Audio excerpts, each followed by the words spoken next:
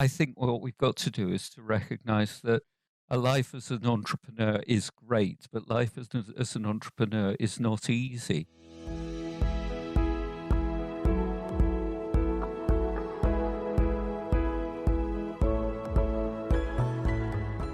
Hello, and welcome to another episode of the Transform Sales Podcast. Today, I am so delighted to have Robin Hills with me. How are you, Robin? I am doing great, and thank you so much for having me on the podcast. It's a pleasure to be here. Thank you so much for joining us today. Let me tell you a bit about Robin. He is the director of EI for Change, a company specializing in emotional intelligence based training, coaching, and personal development. He has taught over 300,000 people in 195 countries and is the author of 2 books. His educational programs are used in South Africa and India, and he's delivered keynote speeches globally.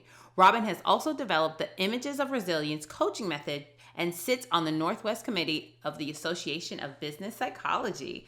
Ooh, I love this stuff, emotional intelligence and psychology. So tell us about, how did you start your career and how did you get to where you are today?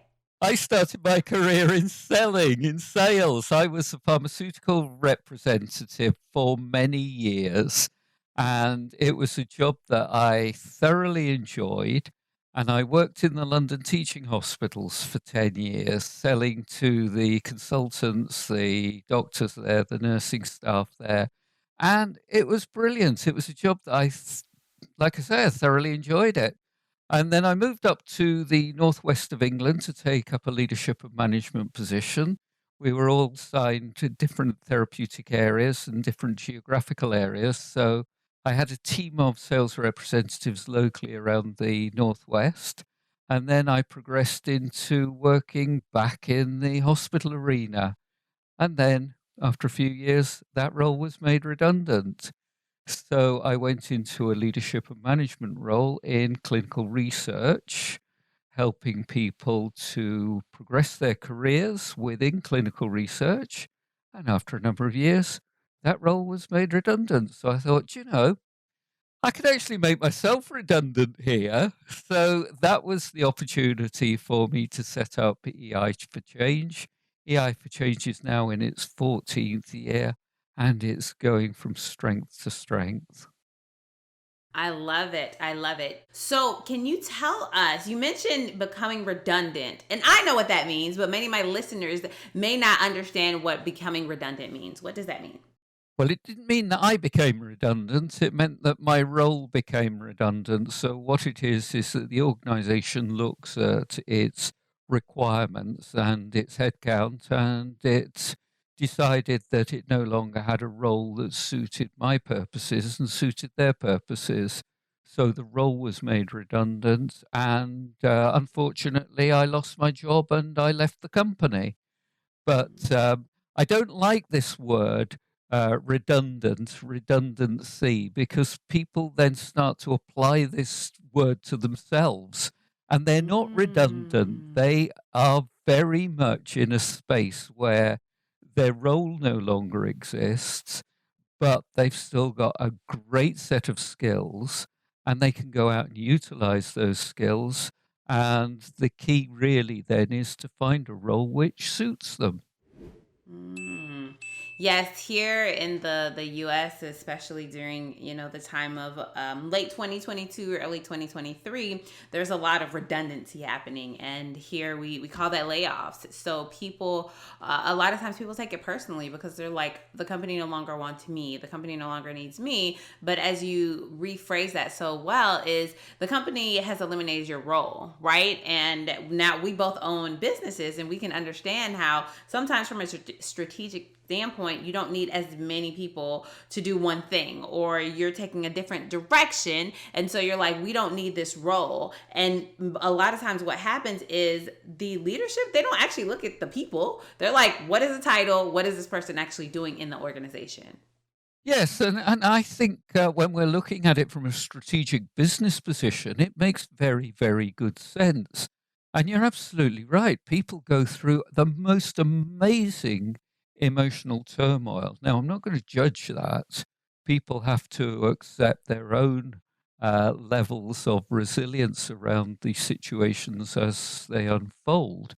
But it's up to that individual to realize that they are now on the cusp of something really different. Hmm. It could be something wonderful. And I've got to look back and I've got to say that when I found that my roles were made redundant, I was actually quite happy with the decision. Now, happy's probably not the right word, but it was a decision I could live with.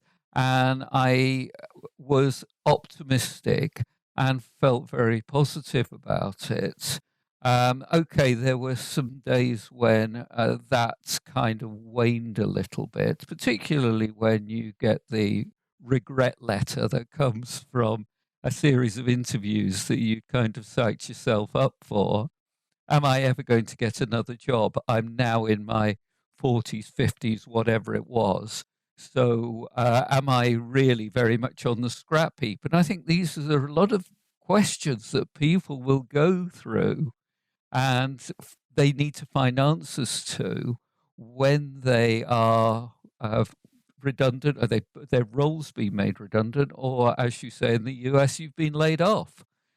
So I'm actually very, very pleased with the degree of hindsight from where I am now. And, I say what most people say. It was the best thing that happened to me. And quite honestly, I look at some of my friends and colleagues and even leaders and managers who led and managed me in the pharmaceutical industry, and they're still there. They're stuck doing a job that they've done for what, 10, 15 years. And here I am. I'm an entrepreneur. I've gone out and made my way in the world. I'm doing something completely different. I just hope that they're happy doing what they're doing, but it wouldn't be for me.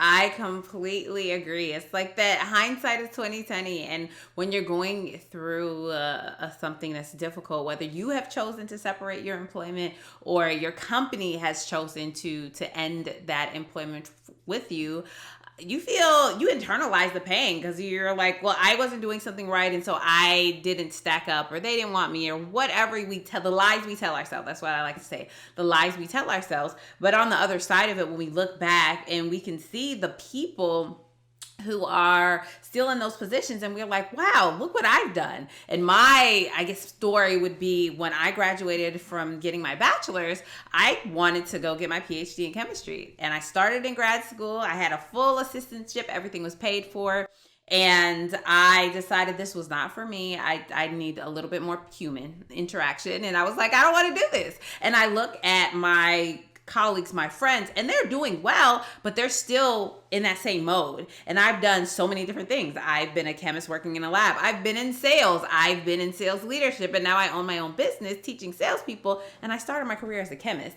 So it's like you look back and all the ups and downs and ins and outs, and you're like, wow, look at all the things that I've done because of something that happened early on to impact me and push me forward.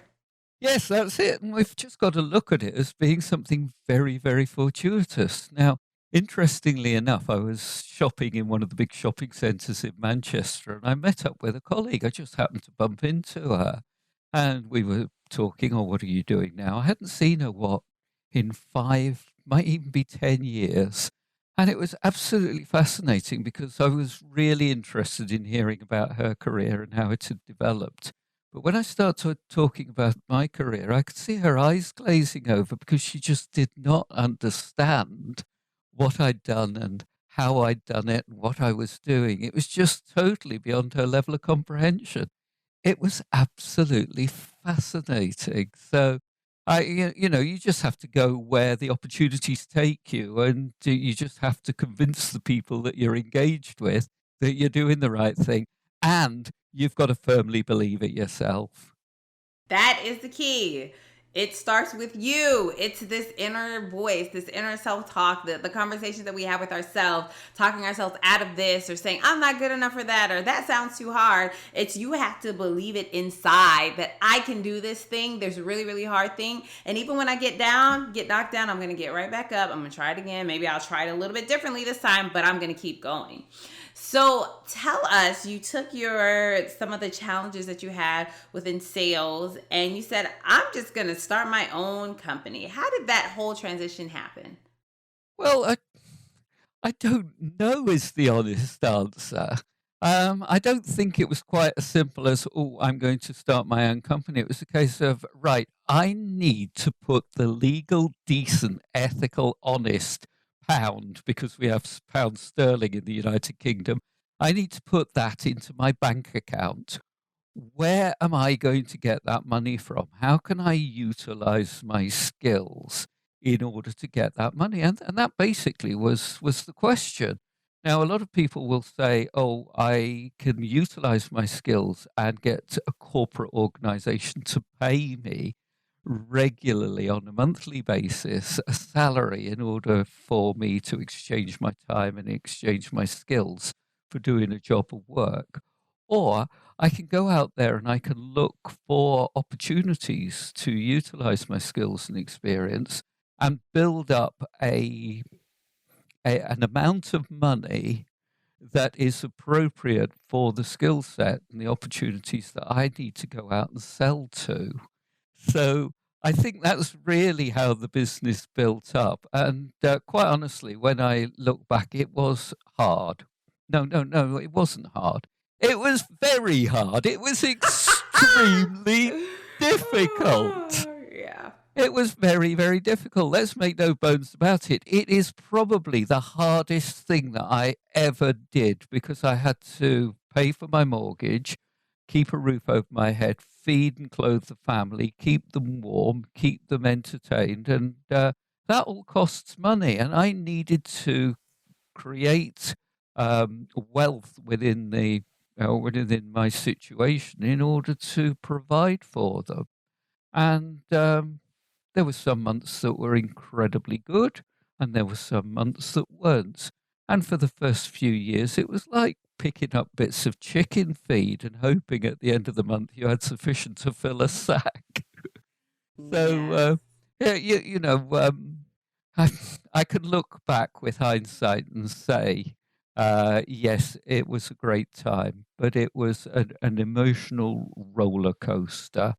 And I think people who are entrepreneurs all know that.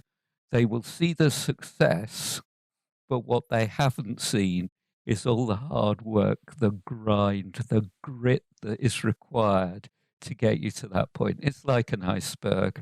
They see the bit floating on the surface, but they do not see the bulk of it underneath the surface. Absolutely. It's one of the greatest joys as well as one of the hardest lessons learned as an entrepreneur is that you are fully dependent on you. Like if you have employees, they still have to get a paycheck. You may not get a paycheck, but they have to get a paycheck. And each and every day, each and every month, you have to show up and keep going and show up and keep going. And that's where our strength comes from. Our strength comes from that show up and keep going tenacity that we have. And again, it's about depending on yourself and believing in yourself. And I can remember times where I'm like, okay, so how is this going to get paid? How is that going to happen? Like, I'm a single mom. So it's not only is it the company on me, everything's on me. It's like, I have to pay the mortgage. I have to pay for this. Oh, yeah, mom, I'm growing out of my clothes. So we need more clothes, right? And so it's like the things that you plan for and you don't plan for when you work within an organization. Yes, it comes with stress. Yes, it comes with heartache. Yes, you have to do things you don't like to do, but you still get paid every 2 weeks or once a Yes, month, right? yes, Whereas yes. as an entrepreneur, you're like, yeah, I really enjoy what I'm doing. I'm loving, but you don't know if that next check is going to come, when that next client is going to come, if that client is going to pull back and cancel their contract, all the unknowns. Yeah, and it's very much peaks and troughs. Well, it was in my business about 10 years ago. My business has transformed since then. So I think what we've got to do is to recognize that a life as an entrepreneur is great, but life as an entrepreneur is not easy.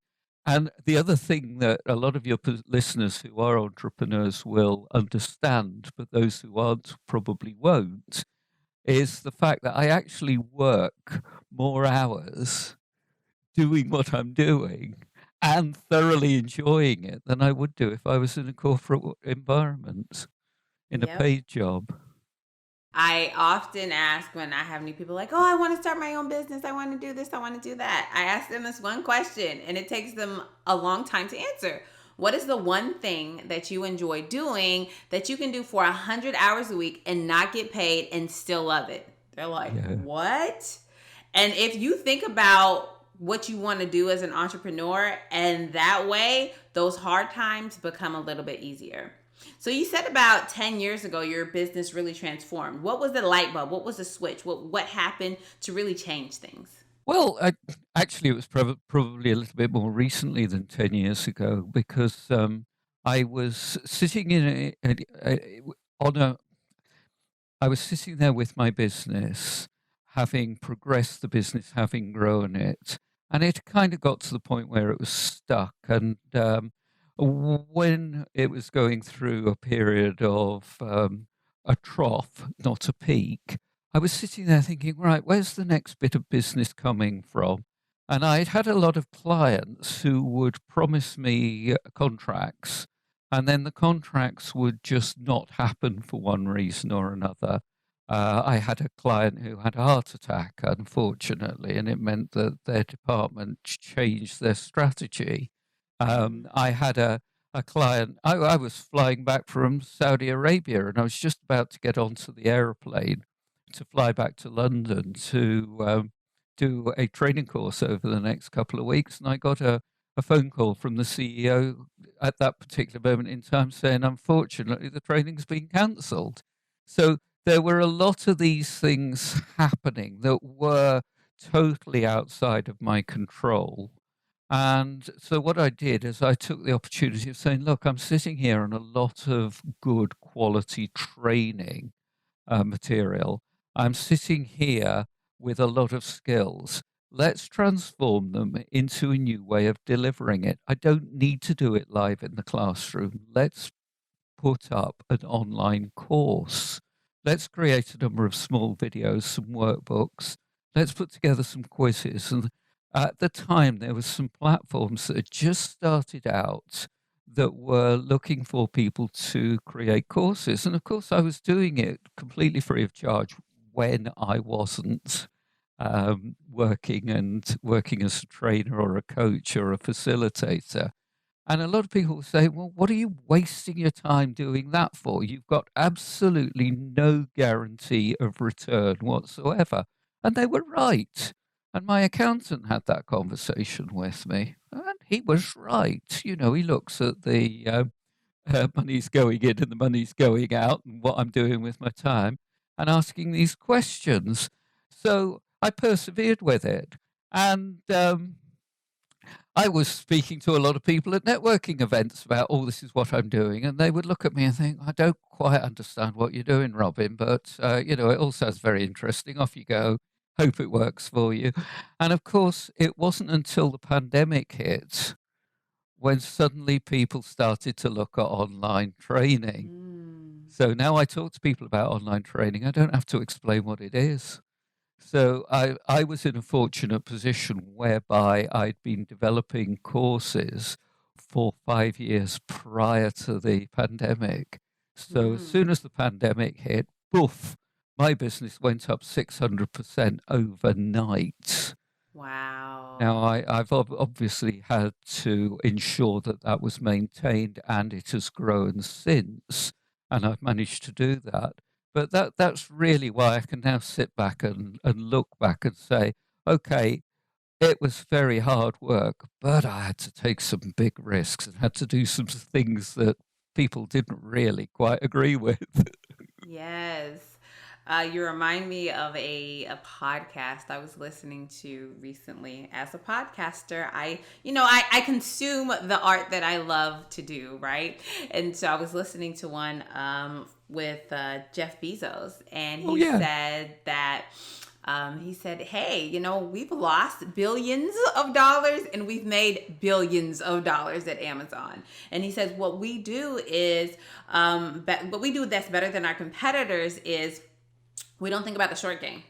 Our competitors are looking for a 1 or 2 year return. We're looking for a 5 or 10 year return." And Yeah. literally, what you said was exactly what you did. You didn't think about today. You thought about 2 years from now, 5 years from now, 10 years from now. You're like, how am I going to take what I am doing, what I'm passionate about, and make it go? And then it just takes that inflection point. It's like, because I can remember probably 5 or 6 years ago when I had colleagues who were they were working for Amazon Web Services and they were doing all these things. And they were like, "Yeah, we don't make any money. Nope, we don't make any money." And they were like, "We're losing money hand over fist." And now look at it, right? Like, it is one of the premier cloud services that people use all across the world. And so as entrepreneurs, when we're short-sighted and we just look at today or tomorrow or even next year, we're missing the world of opportunities. Yeah, but I think what we've got to do is to get the balance right here because well, I go back to what I said. You've got to put that legal, ethical, decent, honest coin, whatever currency, into your bank account today in order that you can sustain yourself for the long term. But I'm not thinking about 2023. I'm thinking about 2028, 2038. Now, in 2038, I'm hoping to get to the point where I can actually then say, I think I ought to retire now. But what's going to happen when I'm not around? Let me put myself 50 years into the future. I'm not going to be here. So Mm. I'm thinking about what it is that I can do today that will ensure that there's a sustainability for me in 50 years' time, whatever that might be, and we just Mm. don't know. I love it. I love it. So tell us, what is it that you do in your business to help people? Well, I provide training. I provide resources to help people to develop their emotional intelligence and their emotional resilience. So, all the courses that I've spoken about are underpinned with emotional intelligence. So, let's bring that back into the real world. Let's get away from the jargon. I help people to improve their communication, their team working. I help them with conflict management. But I'm on a sales transformation podcast. I help people to sell more. I help people to improve their sales skills. And I help people to come to terms with the fact that everybody, whether they like it or not, is a salesperson. But so I've got a course, Sales and Selling with Emotional Intelligence. But when we look at it, we're all influencing, we're all persuading people when we are engaging with them. And how do we do that in an appropriate way to enable people to make the choices that are most appropriate for them?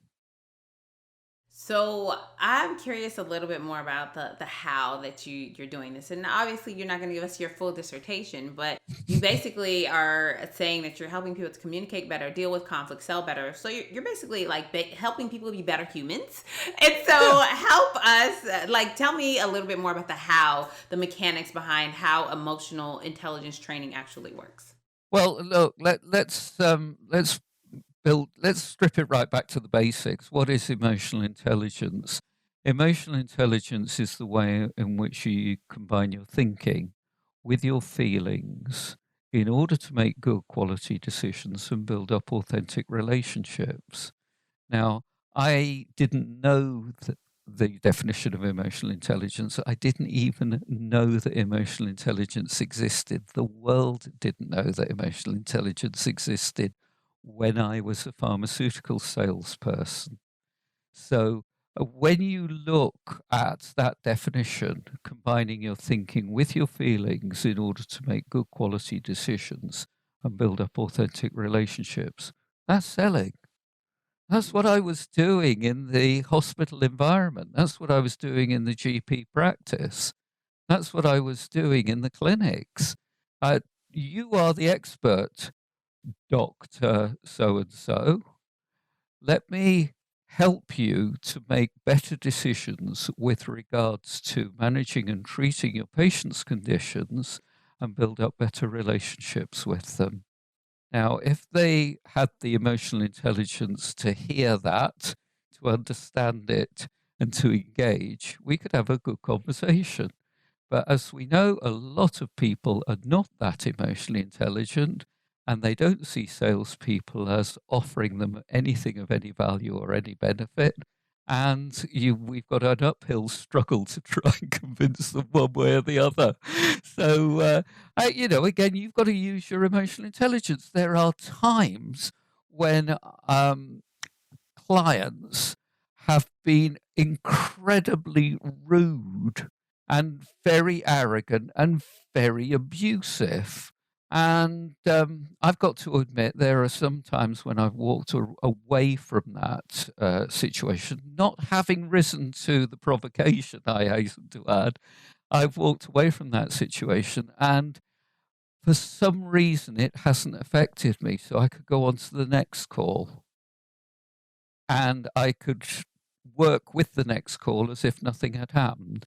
And there are other times when I walked away from the situation, and I did not respond in that way at all. I remember one occasion it happened to me just before lunch, and I went and sat in the car, and had I been more inclined, I would have probably burst into tears. But that's not me. It Mm, but I just thought, look, I'm not in a good place now. I might as well go home. I mm, might as well get my head back into the right space mm, and treat tomorrow as another day. So when I look back at it, those were really, really good decisions. So mm. as a salesperson, an entrepreneur, a leader, a manager, there are going to be certain times where, for some reason or another, you're not emotionally in the right space. How do Mm. you deal with it? How do you Yeah. deal with it? And it might just be a case of saying, look, enough's enough. I've got to go home. I've Hmm. just got to get myself away from here. I've just Yeah. got to go and sort myself out. Give me the time. I'll go home. I'll mow the lawn. I'll, take the dog for a walk. Whatever it is, I just need that space. And there are other times when you can have so many things compounding upon you that anybody else looking and observing would think, crikey, how does he or she do that? How do they take so much? We'll do it. We just got to Yeah. recognize in ourselves when is the appropriate time to say, okay, enough's enough. Now is not the moment. Walk away from it. Yes, it's really. I think about emotional intelligence. It really makes me think about, if to put it in a nice little packet, it's like that self regulation. Like, when do I Sure. speak? When do I not speak? When do I have a lot of emotion? When am I a little bit calmer? Right. So understanding how to temper your emotions, your reactions based on what the situation is that's happening. And a lot of people, it sounds like, oh yeah, I can do that, but it's really not that easy, because there are a lot of things in your past, in your childhood, in your previous work environments that may trigger an emotional response, and you're like, but I didn't realize I had that anger within me. So the work that you're doing, and having it in a fashion where people can really do it at their own pace, to stop and start and listen and do this and do that, is definitely impactful. Sure. And what I do say to people is, look, when you watch my videos are not going to make you more emotionally intelligent. What you need to do is to recognize that it will help you with your awareness of emotional intelligence. But you've got to go away and try a few things. You've got to go away and make some mistakes. You've got to go away and get it wrong and realize why it's gone wrong and then try it again in a different way. Yeah. And it's going to take a time. It's gonna take you your lifetime to perfect this art. So if you don't Hmm. get it right within a week or two, don't worry about it. Yeah. At least you're in a better space in a week or two's time than what you are now. Absolutely. Absolutely. I completely agree. And so, if somebody wants to start learning a little bit more about emotional intelligence, or the things that you're doing. Do you have a resource for them? Yeah, sure. People could go to the website eiforchange.com. And when you go onto the website, you get the opportunity to sign up for a free book, Develop Your Emotional Intelligence. So please download the book And there are links there to various other resources. I've got a free course on working with mindfulness, and that's available on the homepage of the I for Change website. So I think, quite honestly, that's probably the best place to point people to. Thank you so much, Robin. This has been a fantastic conversation and learning about your sales career and becoming redundant and overcoming redundant and then getting another knockdown when you started in your entrepreneurial journey to this amazing business that you have now. Thank you for your time, your talent, and your expertise today. Oh, it's been an absolute pleasure. And thank you for inviting me onto the podcast. And thank you for your time. Absolutely. Well, thank you again for joining us. And that has been another episode of the Transform Sales Podcast. Remember, in all that you do every day, transform your sales. Until next time.